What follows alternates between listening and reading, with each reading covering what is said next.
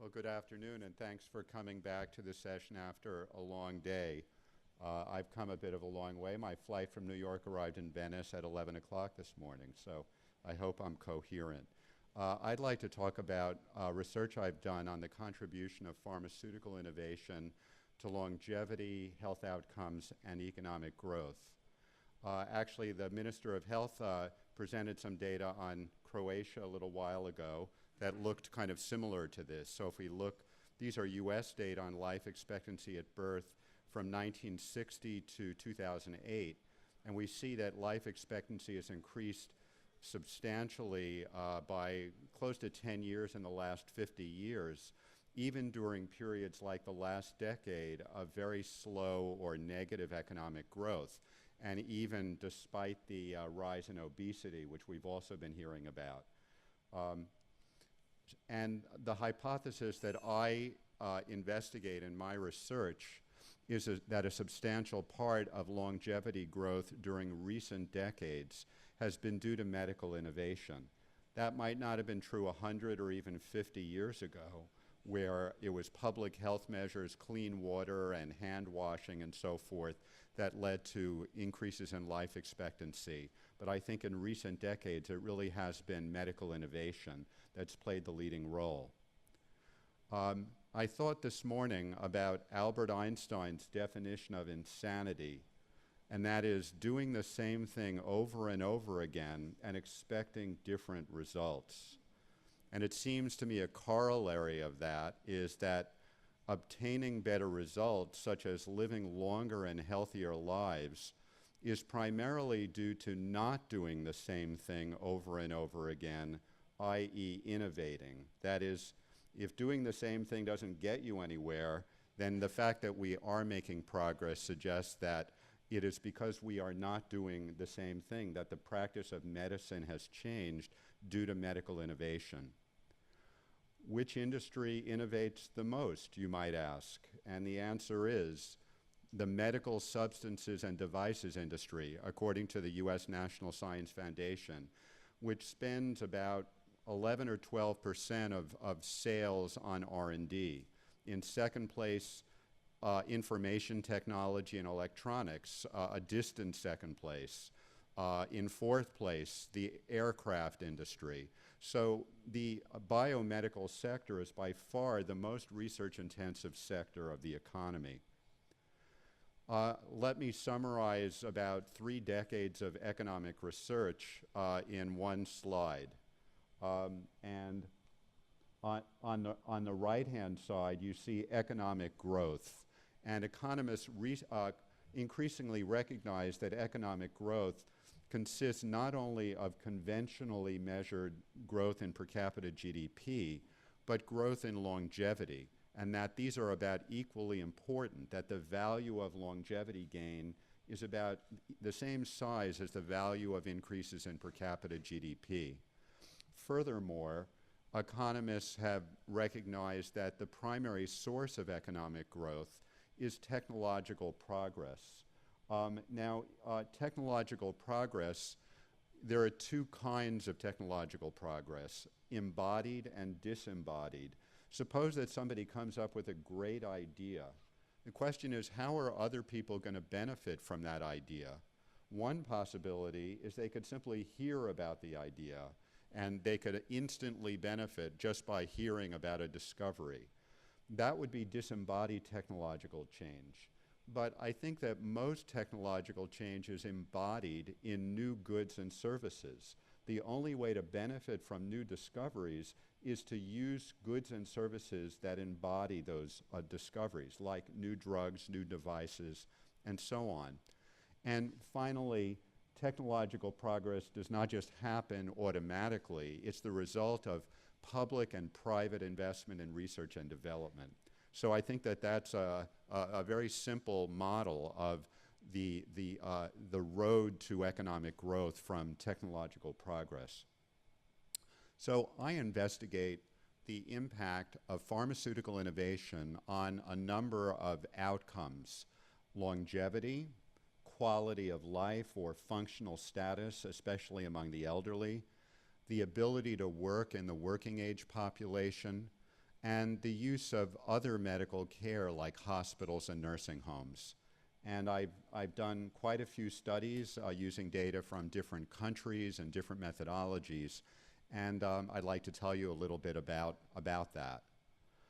I hypothesize that the health and longevity of a population depends on how technologically advanced the medical goods and services its members use are, so that if a society is using advanced medical goods and services, it is likely to be healthier than if it's using outdated medical technology. Now, how do we measure how advanced medical technology is?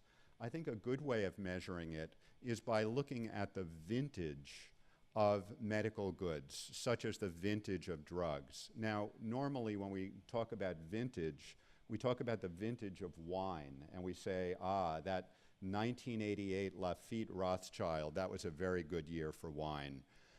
And we think that old wine tends to be better than new wine. But in the case of high technology goods, I think the opposite is true, and that we think that in general, new products tend to be better to embody technological advances than older products.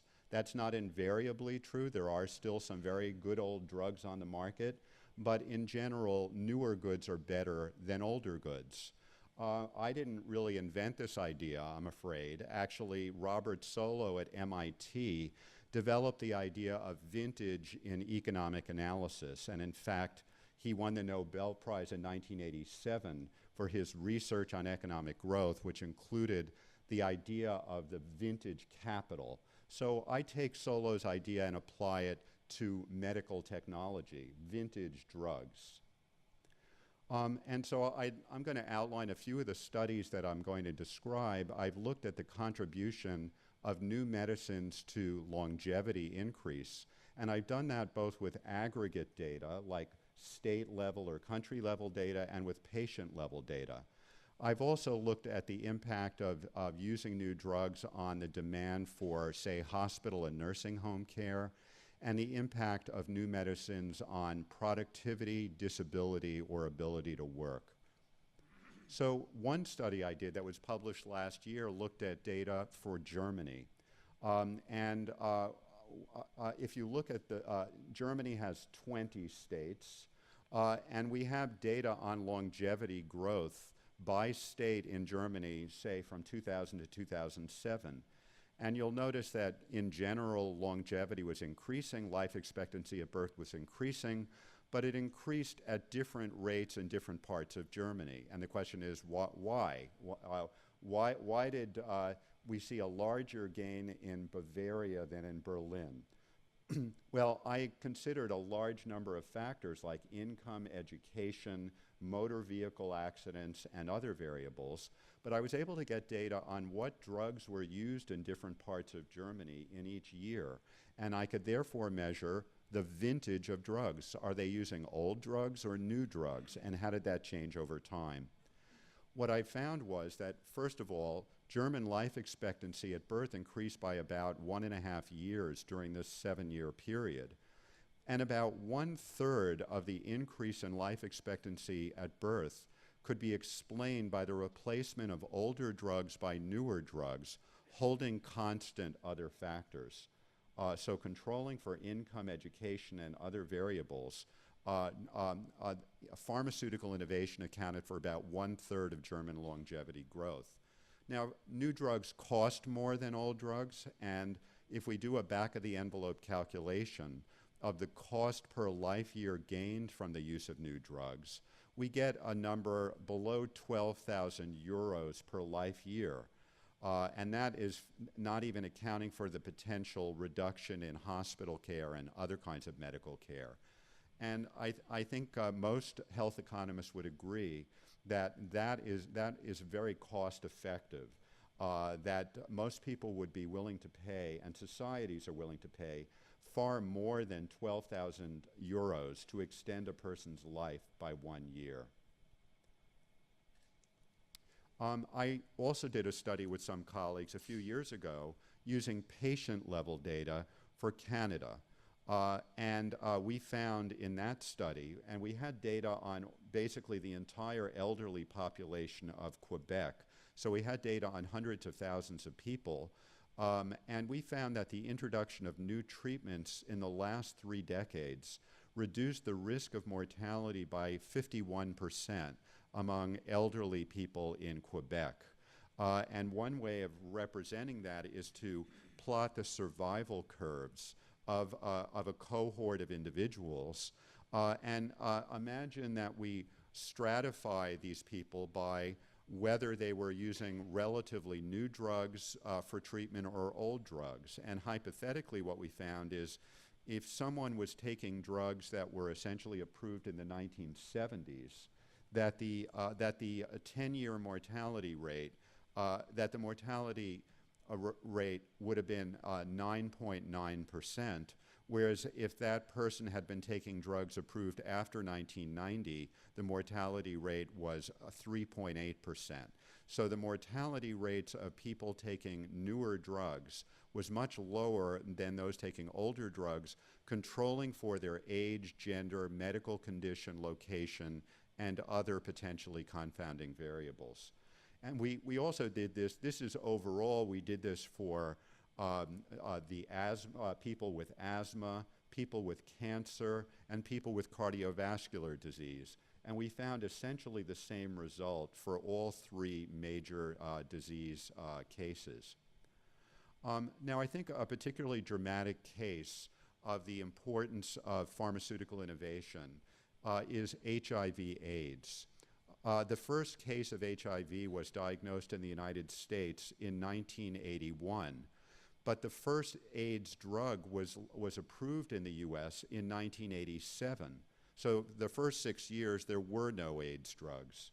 Now, what this chart shows is the average number of prescriptions for AIDS drugs that were used by people with AIDS. And so it was 0 for up until 1987 because there were no AIDS drugs. The first drugs were introduced in the late 80s, and there was a modest increase in the amount of drug use by AIDS patients. But the real revolution in AIDS treatment occurred in the mid-1990s when 7 new molecules and 2 new drug classes for treating HIV were introduced. And that's when we see essentially a 5-fold increase in the number of drugs, the average drug use by AIDS patients. So what was the impact of this sort of treatment revolution of antiretroviral treatment? Well, there are a couple of different ways of looking at this. What this chart shows are the survival functions of AIDS patients diagnosed in 1993. That's the red line. And that shows that if a person was diagnosed with AIDS in 1993, the 5-year survival rate was 3%. Whereas if a person was diagnosed in 2000, the 5-year survival rate went up to 54%. So there was a dramatic increase in survival, and that really can be attributed, as many studies have shown, to the introduction and use of HIV drugs during that period. Now, HIV drugs are not inexpensive. In the US, the average cost of treatment of drugs is about $10,000 per patient per year. And many patients have low income, and the government is paying on Medicaid for their drugs. However, what I showed in another study was that when these new drugs were introduced, there was a significant drop in hospitalization of AIDS patients. So the average frequency of hospitalization declined, and that this decline in hospitalization offset a substantial fraction of the cost of the AIDS drugs, approximately half, so that drug expenditure per patient was, say, $10,000 per year, but these new drugs reduced hospital admissions and saved about $5,000 per patient per year in hospital expenses. So when thinking about the cost effectiveness of these drugs,